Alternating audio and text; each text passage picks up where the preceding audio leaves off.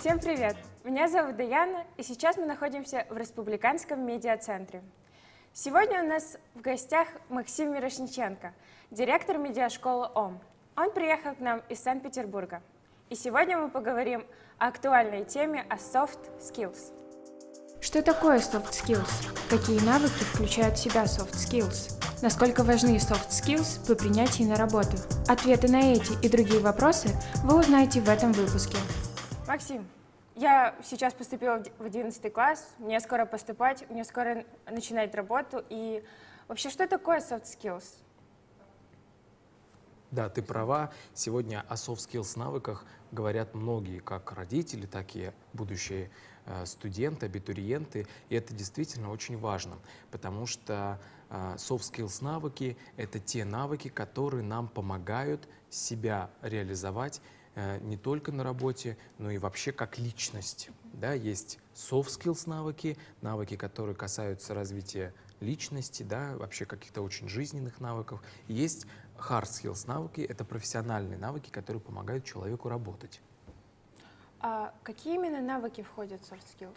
Да, их несколько и много, и важно отметить, что в Давосе прошел экономический форум, где были обозначены эти навыки, навыки будущего, навыки человека будущего. Что это, о чем идет речь? Это самостоятельность. Это очень важный навык, который должен быть с каждым человеком, когда он принимает какие-либо решения. Он должен, да, отвечать за все действия, которые он делает, работа над проектами. Это коммуникация, это сбор информации, это умение аргументировать, умение публично выступать, умение доносить свои мысли, это критическое мышление, да, все подвергать критике, сомнению, это работа над проектами, поэтапная работа над проектами, это работа в команде, тоже очень важный навык. То есть я пойду работать, и это правда, то, что все работодатели как-то более преимущественно отбирают людей с помощью софт-навыков? Да, действительно, к сожалению или к счастью, когда мы выбираем профессию, мы мечтаем быть тем, на кого идем учиться, но статистика показывает, что те, кто оканчивает вузы, к сожалению, не продолжает работать на того, кого учился. Поэтому сегодня профессия, и мы приобретаем профессию, когда начинаем работать. И это значит, что мы учимся профессиональным навыкам уже на работе. Поэтому работодатель, который нас принимает, конечно, он смотрит на ваш диплом, конечно, он смотрит, какой вы, какая ты, но он в большей степени обращает внимание на то, что вы умеете делать как личность и как человек. Умеете ли вы легко общаться? Умеете вы позвонить по телефону, например, и договориться о чем-то, да, выяснить что-то, получить что-то. И это очень важный навык. Когда я беру на работу к нам в школу сотрудников, для меня вот два показателя — это как человек разговаривает по телефону и как он отвечает на e-mail. И от этого я понимаю, насколько человек действительно может быть с нами или не с нами. И если я понимаю, что он не может связать двух слов, то, конечно, мы прощаемся с этим человеком. Или я понимаю, что человек, который работает над проектом, и он не может сесть и начать делать, и все время отвлекается то на телефон, то на компьютер, то пойдет, сходит выпить кофе, то пойдет подышит, потом опять вернется. И в этот момент он не может совладать с собой, и стоит работа, конечно, мы тоже с ним прощаемся. Потому что здесь мне, вот как человеку, который берет людей на работу, неважно, вы лежите, сидите за столом, вы пошли пить кофе, мне самое главное, чтобы вы сделали проект. А при каких условиях, как вы это будете делать, мне не важно. Но для человека, который берет людей на работу, мне важно, чтобы представитель нашей компании, да, был нашим лицом, был на нашей волне, и мне было не стыдно ни за него, не за себя и не за нашу компанию. Это очень важная штука. Поэтому, когда люди, работодатели берут людей на работу, то они обращают внимание в первую очередь, какой вы. И обращают внимание на то, что вы сделали до того момента встречи, которая произошла. Сегодня работодатель смотрит на ваши проекты, которые вы осуществили, какой статус вы имеете, какие вы награды имеете ли вы какую-то экспертизу. И сегодня в большей степени нужны люди, универсалы, да, которые умеют, если мы говорим про журналистику, то это человек, который умеет писать, это человек, который умеет снимать, это человек, который умеет монтировать. Да, это вообще все разные профессии. И даже здесь, в медиацентре, это делают разные люди. Хотя я уверен, что совмещают все эти навыки. Но это мы сейчас говорим о профессиональных навыках. Но вчера здесь, в медиацентре республиканском, мы встретили фотографа, который работает в Саха-медиа, который рассказывает о том, что сейчас он даже спустя там некоторое время начал писать. Его начали публиковать. Это говорит о том, что он может легко управлять фотокамерой, да, делать снимки, которые публикует в изданиях, и он может писать, он может договориться с человеком, он может задать вопросы, получить ответы, он может легко работать с информацией. Это уже говорит об универсальности человека. Это важный навык. Как развить эти навыки? То есть есть ли какие-либо тренинги или где именно можно это все развить и узнать о софт-навыках? Конечно, это все развивается, да, то есть мы не рождаемся с тем, что мы с вами там начинаем критически мыслить или очень тонко работаем с эмоциями, да, это все развивается. В первую очередь вот здесь, в Якутске, есть удивительные международные интеллектуальные игры, при которых сейчас открылась медиашкола, и ученики республики здесь уже развивают эти навыки, делают отличные результаты. Мы сейчас на играх работаем с группой мультимедийщиков, ребятами, которые занимаются соцсетями, делают диджитал-проекты, и мы уже сейчас видим, как они могут работать с информацией, как они легко с незнакомым человеком могут заговорить, как они могут обработать эту информацию, преподнести, защитить публично. Очень важные штуки. Развиваются на всяких вот таких мероприятиях, как фестивали, конкурсы, ну, есть специальные школы, курсы. Но я бы порекомендовал в первую очередь просто работать.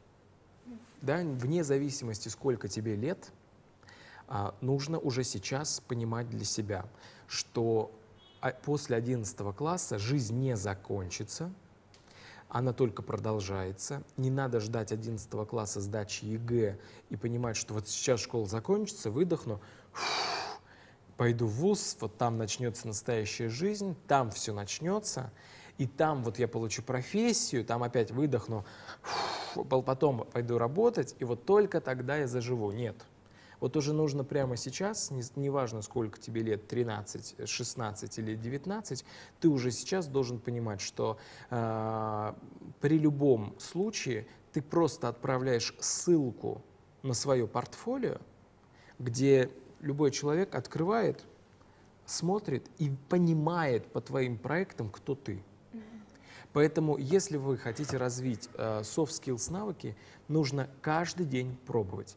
Пробовать разговаривать по телефону, да? Пробовать защищать свое мнение, свою точку зрения, защищать свой проект, пробовать доказывать, аргументировать и не стесняться, не бояться этого.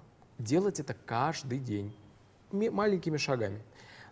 Многие ребята, которые принимают участие в международных интеллектуальных играх и в медиашколе, я знаю, что они прошли прям много этапов для того, чтобы участвовать. Это говорит только о том, что они каждый день пробуют быть гибкими и развивать soft skills навыки. Я совершенно недавно узнала о soft skill навыках, и я точно уверена, что и мои одноклассники, и все мои знакомые не особо осведомлены о soft skill навыках, и это будет что-то впереди их жизни, то есть когда они придут на работу, им резко скажут: вот, нам нужны ваши soft skill навыки, и они совершенно не знают об этом. И как именно в мире развить это, то есть осведомить, начинать рассказывать про это, пустить в люди? Ну, мы уже это делаем, вот сейчас записываем короткое интервью. Тут, понимаешь, Дэн, нужно не делить они как бы же не, soft skills навыки, они не живут как бы отдельно от человека. Нет, мы же общаемся, да, ты мне задаешь вопросы, ты сейчас работаешь публично, ты подготовилась к интервью, то есть готовилась к проекту, ты критически относилась к написанию вопросов, что-то отбирала, выбирала, это тоже все работа про это.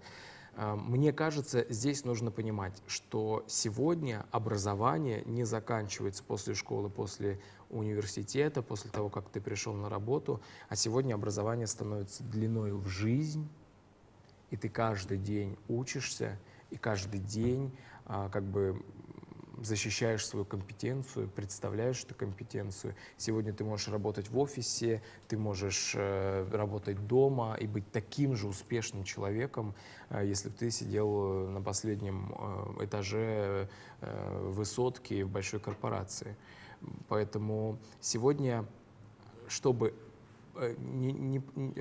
невозможно сегодня как-то отдельно об этом говорить, пропагандировать это, потому что это просто вопросы, на которые нужно обратить внимание, потому что именно soft skills навыки позволяют человеку быть успешным,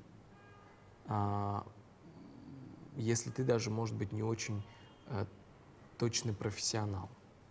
Но профессиональные навыки и личные навыки, да, они все равно живут друг с другом, они не живут отдельно. Это как, не знаю, наше лицо, наша одежда, она не живет как бы отдельно от нас. Мы сейчас с ней, да, здесь сидим. Поэтому... Если вот все-таки ребенок имеет именно только профессиональные качества, то есть навыки, но он совершенно не умеет контактировать с людьми и так далее, что тогда делать?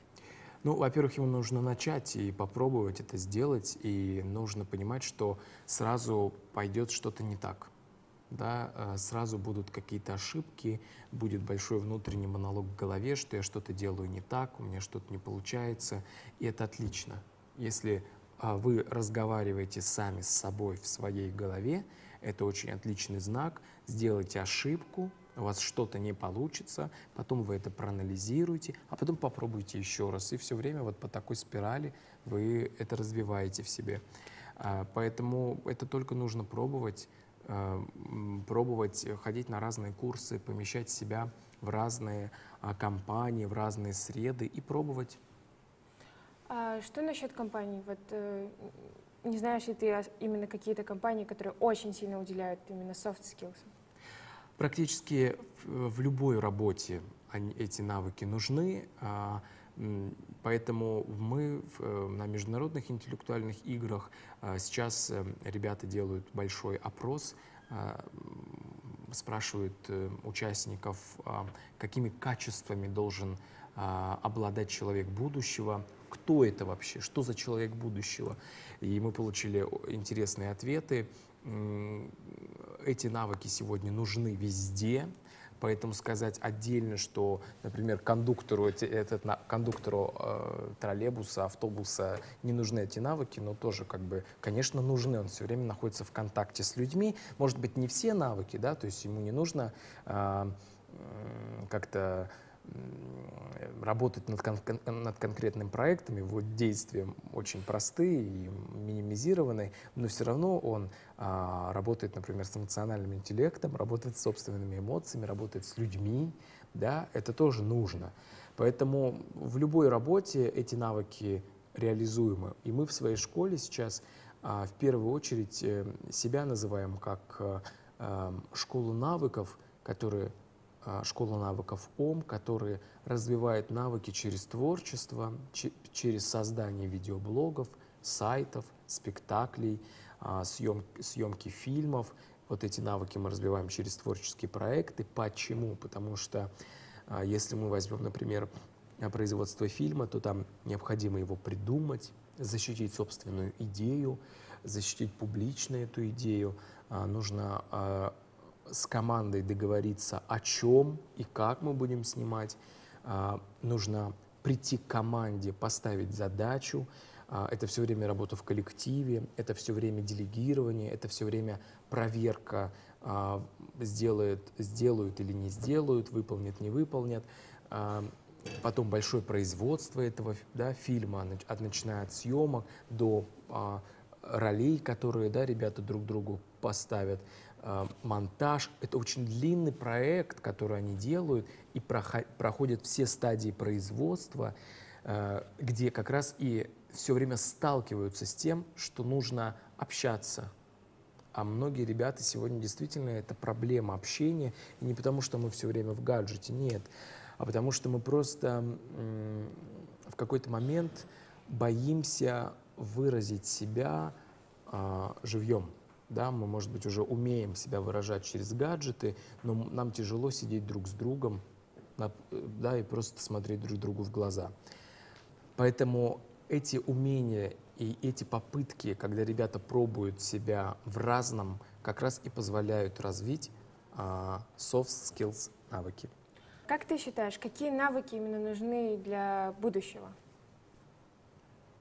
Мне кажется, это многозадачность в первую очередь. Ну, то есть вот сегодня ты наверняка замечала и за собой, что ты можешь работать за компьютером, например, печатать что-то, параллельно на телефоне смотреть какое-нибудь видео, да, а еще у тебя фоном работает телевизор, еще у тебя работает планшет, и ты там что-то делаешь.